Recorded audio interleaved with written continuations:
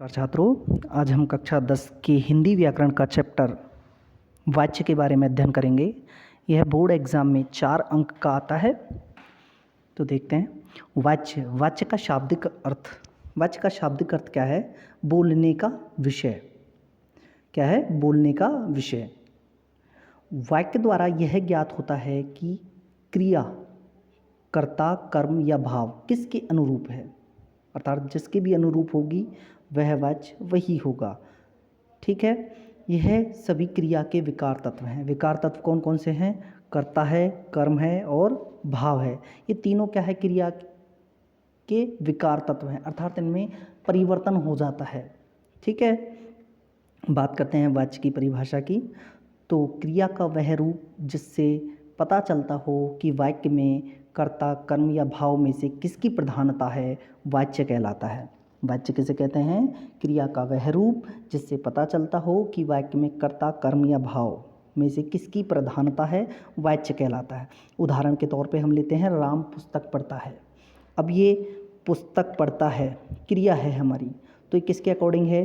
राम के अकॉर्डिंग है, क्योंकि भाई जो राम है यह एक वचन है और अन्य पुरुष है, तो इसी प्रकार इसकी क्रिया भी क्या है? अन्य पुरुष है और एक वचन है। ठीक है। तो ये कर्तृवाच्य है, कर्तृवाच्य है। इसी प्रकार अगला है राम के द्वारा पुस्तक पढ़ी जाती है। अब जो ये पढ़ी जाती है ये पुस्तक, ये इसमें क्या है? कर्म है। और राम के द्वारा पुस्तक पढ़ी जा रही है, अर्थात कर्ता को इसने क्या कर दिया? गौण कर दिया है, दूसरे स्थान पर रख दिया है और कर्म को प्रधान कर दिया है। तो जो क्रिया है हमारी वो किसके अकॉर्डिंग है? कर्म के अकॉर्डिंग। तो ये कर्मवाच्य है। इसी प्रकार राम से पुस्तक नहीं पढ़ा जाता। अब यहाँ पर असमर्थता का भाव आ रहा है कि राम से पुस्तक नहीं पढ़ा जाता, तो यहाँ पर असमर्थता का भाव आ रहा है, और जहाँ पर भाव प्रधान हो वहाँ पर भाववाच्य होता है। अब आगे बढ़ते हैं वाच्य के भेद। वाच्य के 3 भेद होते हैं, कर्तृवाच्य, कर्मवाच्य और भाववाच्य। पहला देखते हैं कर्तृवाच्य। कर्तृवाच्य में कुछ पॉइंट मैंने नोट किए हैं, देखिए। जिस वाक्य में कर्ता प्रधान होता है, कर्तृवाच्य में क्या है? इस वाक्य में क्या होता है? कर्ता प्रधान होता है। दूसरा, कर्ता के अनुसार ही क्रिया में लिंग और वचन होता है, यानी कि जैसा आपका कर्ता होगा, अगर कर्ता एक वचन है तो क्रिया भी आपकी एक वचन होगी, अगर कर्ता पुल्लिंग है तो क्रिया भी आपकी पुल्लिंग होगी। यानी कि वचन और लिंग सारा कर्तृवाच्य में कर्ता के अनुसार ही होता है, क्रिया कर्ता के अनुसार होती है। कर्तृवाच्य में अकर्मक और सकर्मक दोनों क्रियाएं हो सकती है। ठीक है। अकर्मक और सकर्मक क्रियाएं कौन कौन सी? क्रिया के 2 रूप हैं। जिस क्रिया में कर्म नहीं होता है वह अकर्मक क्रियाएं होती हैं, और जिनमें कर्म होता है वह सकर्मक क्रियाएं होती हैं। ठीक है। तो जो हमारा कर्तृवाच्य है इसमें अकर्मक और सकर्मक दोनों क्रियाएं होती हैं। जैसे राम दूध पीता है, अब ये हमारी सकर्मक क्रिया है, क्योंकि राम किसको पी रहा है? दूध को पी रहा है। दूध यहाँ पर क्या है? कर्म है। तो राम दूध पीता है। अब जो पीता है, जो पीता हमारी क्रिया है, ये किसके अकॉर्डिंग है? राम के अनुरूप है। ठीक है। तो इसी प्रकार सीता कपड़े सिलती है, तो जो सिलती है ये क्रिया है हमारी किसके अकॉर्डिंग है? सीता के अकॉर्डिंग है, सीता के अनुसार है, क्योंकि सीता स्त्रीलिंग है, तो ये भी क्रिया है जो हमारी स्त्रीलिंग है। एक वचन है सीता, तो सिलती एक वचन है। इसी प्रकार अगला है पक्षी उड़ते हैं। अब ये क्या है? हमारी अकर्मक क्रिया है, इसमें कोई कर्म नहीं है, तो पक्षी उड़ते हैं। पक्षी क्या है? इसमें कर्ता है और उड़ते हैं क्रिया है। ठीक है ना। तो पक्षी उड़ते हैं। अब यहाँ पर पक्षी क्या है? एक पक्षी नहीं है, बहुत सारे पक्षी हैं, तो यहाँ पर बहुवचन है, तो हमारी जो क्रिया है वो भी क्या है? बहुवचन है। ठीक है। तो कर्तृवाच्य में कर्ता प्रधान होगा। दूसरी चीज क्रिया है जो कर्ता के अनुसार होगी, जैसा कर्ता आपका, कर्ता का जो भी लिंग और वचन होगा उसका प्रभाव क्रिया पर होगा। और कर्तृवाच्य में अकर्मक और सकर्मक दोनों ही क्रियाएं हो सकती हैं। अब देखते हैं कर्मवाच्य। कर्मवाच्य में क्या है? जिस वाक्य में कर्म प्रधान होता है। क्या होता है प्रधान? कर्म। कर्म प्रधान होता है भाई। कर्म के अनुसार ही क्रिया में लिंग और वचन होता है। जैसा आपका कर्म होगा, जैसे कि हमने कर्तृवाच्य में पढ़ा, तो कर्ता के अकॉर्डिंग ही, कर्ता के अनुसार ही क्रिया में वचन और लिंग में चेंज आएगा, परिवर्तन आएगा। तो कर्मवाच्य में क्या है? कर्ता को गौण रख दिया जाता है, कर्ता को दूसरे स्थान पर रख दिया जाता है और कर्म को प्रधानता देते हुए कर्म जैसे कर्म में क्रिया है जैसे कर्म का लिंग है वचन है, उसी प्रकार क्रिया का भी लिंग और वचन होगा। इस वाक्य में कर्ता गौण होता है और कर्ता के बाद से और द्वारा का प्रयोग होता है। कि क्या क्या प्रयोग होता है? से और द्वारा। यह वाक्य सकर्मक क्रिया से बनता है। अब अकर्मक क्रिया से क्यों नहीं बनेगा? क्योंकि भाई जिस वाक्य में कर्म ही नहीं है उसे कर्म वाच्य में कैसे परिवर्तित करोगे? वह परिवर्तित होगे तो किसमें होगा? भाव वाच्य में। उसमें भाव आएगा। कर्म जिस वाक्य में कर्म होगा वही कर्म वाच्य में परिवर्तित होगा। ठीक है। कर्म वाच्य में क्या है? कर्म की प्रधानता होती है और कर्म के अनुसार ही क्रिया में वचन और लिंग परिवर्तित होते हैं। और इस वाक्य में कर्ता गौण होता है और कर्ता के बाद से या द्वारा का प्रयोग होता है और यह वाक्य सकर्मक क्रियाओं से बनता है। जैसे उदाहरण की ओर देखते हैं, मेरे द्वारा रामायण पढ़ी जा रही है। तो मैंने कहा कि कर्ता के बाद में क्या शब्द आएगा? द्वारा। और अब देखो रामायण पढ़ी जा रही है तो रामायण क्या है? स्त्रीलिंग है। तो जो आपकी पढ़ी जा रही है क्या है? स्त्रीलिंग है। एक वचन है तो एक वचन ही यह है। इसी प्रकार मीरा द्वारा बाजार जाया गया।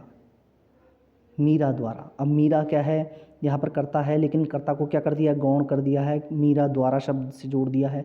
बाजार जाया गया बाजार कर्म है तो कर्म के अनुसार ही इसने क्रिया को में परिवर्तन हो गया। कवियों द्वारा कविताएं लिखी गई। अब देखो कवियों द्वारा कर्ता है, द्वारा से जोड़ दिया इसको, कविताएं लिखी गई।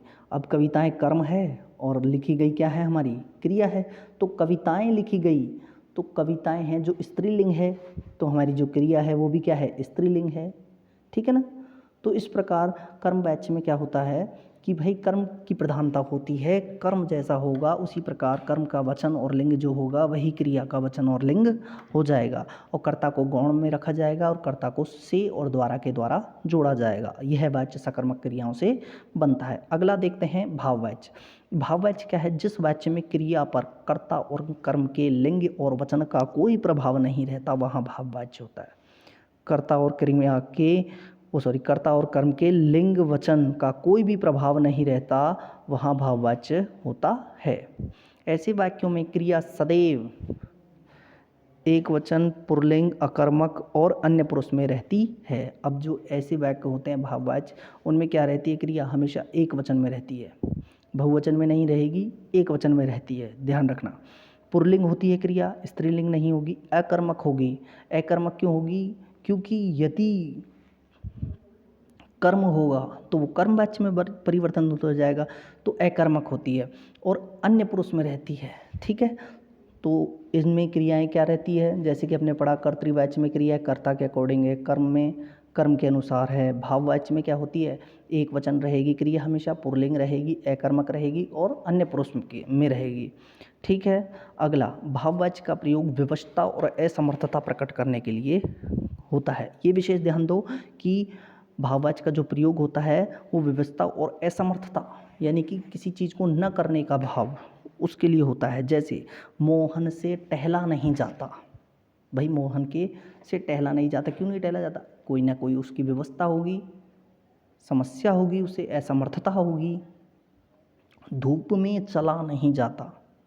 भाई असमर्थता है, धूप में नहीं चला जाता।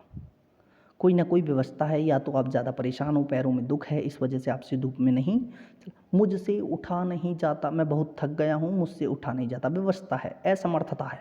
क्लियर है? अब देखते हैं हम कुछ उदाहरणों को। कर्तृवाच्य से कर्मवाच्य में परिवर्तन, जैसे कर्तृवाच्य और कर्मवाच्य। एक और मैंने कर्तृवाच्य लिखे हैं, एक और कर्मवाच्य लिखे हैं। जैसे शिकारी शिकार करते हैं तो यहाँ पर कर्तृवाच्य है।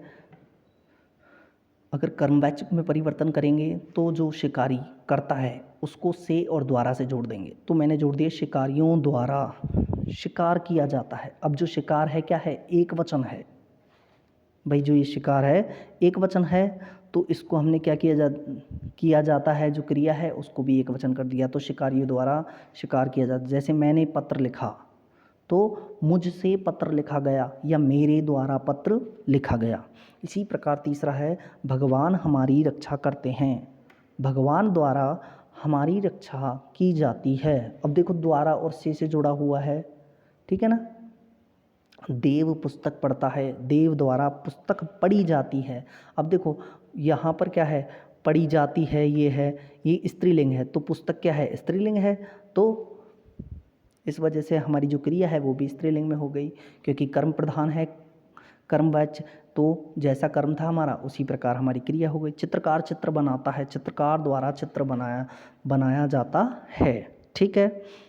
अगला देखते हैं कर्तृवाच्य से भाववाच्य में परिवर्तन, कि हम कर्तृवाच्य से भाववाच्य बदलते हैं तो हमें क्या चीज़ बदलनी होती है। जैसे राधा नहीं हंसती, मैंने कहा था अंतिम उसका पॉइंट था भाववाच्य का, कि भाई भाववाच्य में व्यवस्था और असमर्थता प्रकट होती है। तो राधा नहीं हंसती, तो क्या बनाएगा इसका, राधा से हंसा नहीं जाता। अब से और द्वारा से ये भी जुड़ेगा, लेकिन यहाँ भाव की प्रधानता होगी, तो राधा से हंसाया नहीं जाता। पक्षी रात में सोते हैं, पक्षियों से रात में सोया जाता है। अब देखो यहाँ पर पक्षी क्या है, बहुवचन है, पक्षियों से बहुवचन है, लेकिन जो हमारी यहाँ पर क्रिया है वो क्या है, एक वचन है। मैंने कहा था कि एक वचन अन्य में, अन्य पुरुष और पुल्लिंग में होगी और अकर्मक होगी। भाववाच्य में ये मैंने बताया था कि भाववाच्य में जो क्रिया होती है वो अन्य पुरुष में होती है, एक वचन होती है, पुल्लिंग होती है। तो पक्षियों से रात में सोया नहीं जाता, वह तख्त पर सोता है, उससे तख्त पर सोया जाता है। इसी प्रकार वे गा नहीं सकते, उनसे गाया नहीं जाता।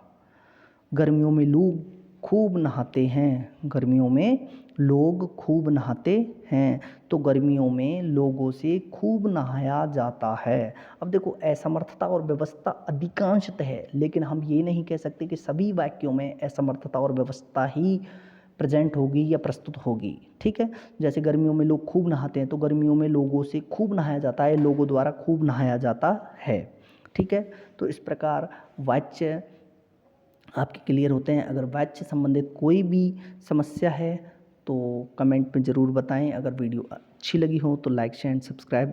Thank you.